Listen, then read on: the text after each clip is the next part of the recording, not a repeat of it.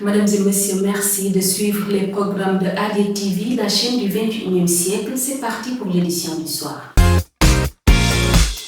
L'actualité de ce lundi, Forum national de l'enseignement privé, les acteurs posent le diagnostic et l'employabilité des jeunes séjours d'activisme contre la violence basée sur le genre. Le Sénégal s'engage, deuxième édition de la grande concertation de la jeunesse.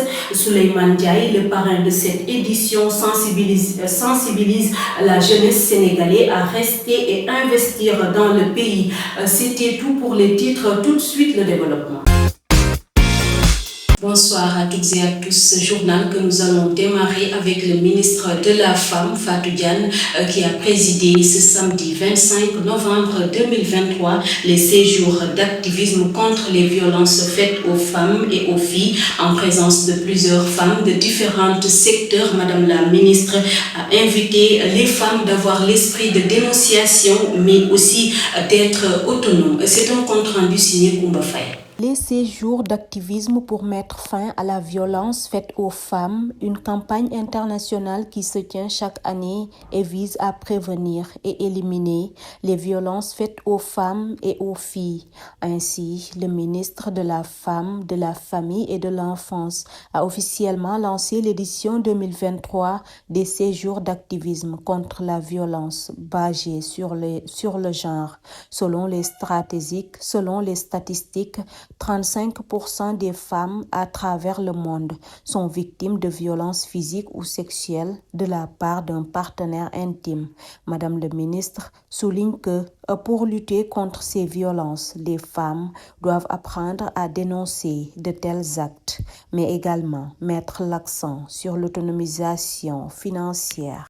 Avec la cérémonie de clôture du premier forum de l'enseignement privé ce samedi 25 novembre au Grand Théâtre Doudou Ndiaye Coumba Rose avec en présence de différents acteurs de l'éducation, enseignants, parents d'élèves, autorités académiques et administratives ont pris part à ce premier forum consacré à l'enseignement privé dont le thème de cette première édition s'articulait autour de l'enseignement privé au Sénégal, enjeux, rupture et perspectives. Je vous propose de suivre ce reportage. Depuis le 25 juillet 2023, la première édition du Forum de l'enseignement privé au Sénégal ferme ses portes ce samedi 25 décembre 2023.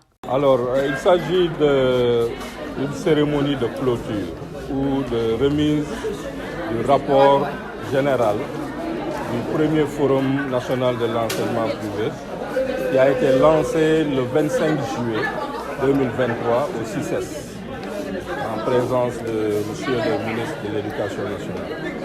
Et durant ces 4 mois, je dirais, nous avons sillonné le pays à travers 4 pôles régionaux où nous avons tenu des assises avec tous les acteurs de l'éducation sur les problématiques qui concernent l'enseignement privé.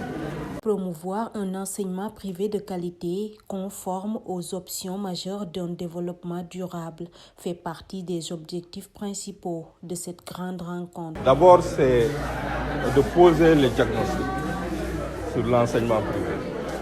Nous savons que l'enseignement privé accompagne le secteur public de l'éducation depuis bien avant même les indépendances.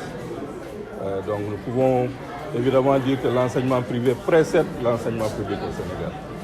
Et depuis quand même les années 90, avec la loi de libéralisation de 1994, il y a eu une prolifération des écoles privées. Et aujourd'hui, nous ne sommes pas près de moins de 30% d'effectifs d'élèves scolarisés. Et cela n'est pas négligeable. Et c'est pourquoi aujourd'hui, nous avons posé les diagnostics pour voir quelles sont nos forces réellement et quelles sont nos faiblesses. Et voir comment transformer ces faiblesses, les améliorer pour un peu mettre l'enseignement privé dans une dynamique de qualité perpétuelle. Cela a été un des objectifs. L'autre objectif, c'était de réunir les acteurs. Parce que nous savons que nous avons... Toutefois, Mamadou Cissé appelle l'État du Sénégal à soutenir ce maillon important du système éducatif qui contribue à l'enrôlement d'un bon nombre d'apprenants. Malgré le poids de l'enseignement privé, aujourd'hui au ministère de l'Éducation nationale, il n'y a qu'une division qui la gère.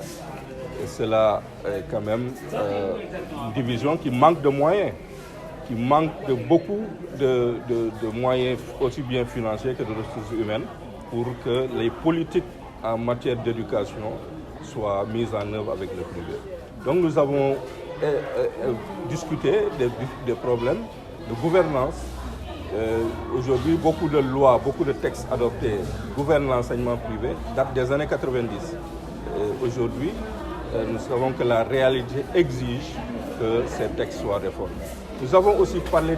Merci beaucoup pour ce reportage. L'hôtel Radisson Blu de Dakar a abrité hier la deuxième édition de la grande concertation consacrée à la jeunesse, présidée par son parrain, M. Souleymane Ndiaye, secrétaire général de la S2D, par ailleurs directeur général de la SAPCO. Ainsi, M. Ndiaye a profité de cette journée pour conscientiser la jeunesse à investir dans le pays et prône des élections inclusives et transparentes. Koumba Faye et Babacar Sow ont assisté à cette rencontre. À l'occasion de la grande concertation de la jeunesse, qui est une journée de sensibilisation, le parrain de cette édition conscientise la jeunesse sénégalaise.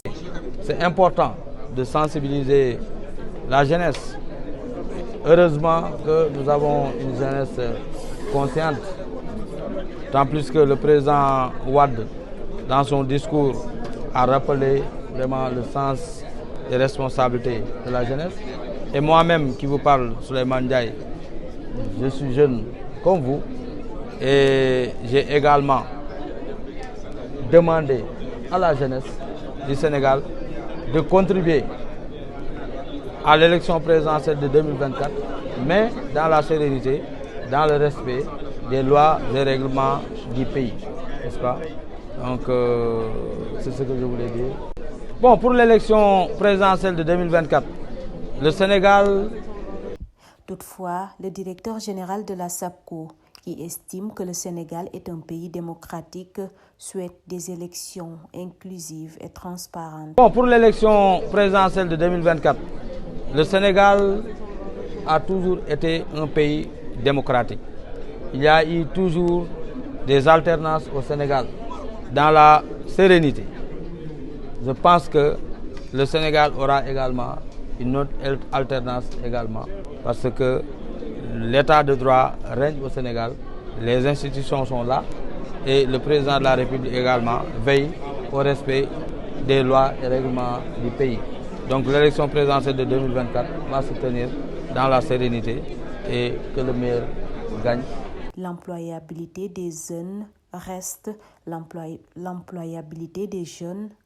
le credo de Souleymane Ndiaye, qui annonce à la jeunesse des innovations attendues au Sénégal. Consciente, tant plus que le président Wade, dans son discours, a rappelé vraiment le sens des responsabilités de la jeunesse.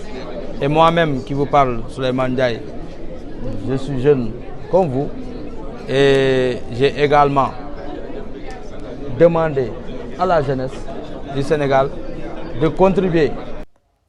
La deuxième édition de la grande concertation de la jeunesse, une rencontre qui a accueilli plusieurs jeunes entrepreneurs et leaders engagés pour construire un Sénégal plus fort.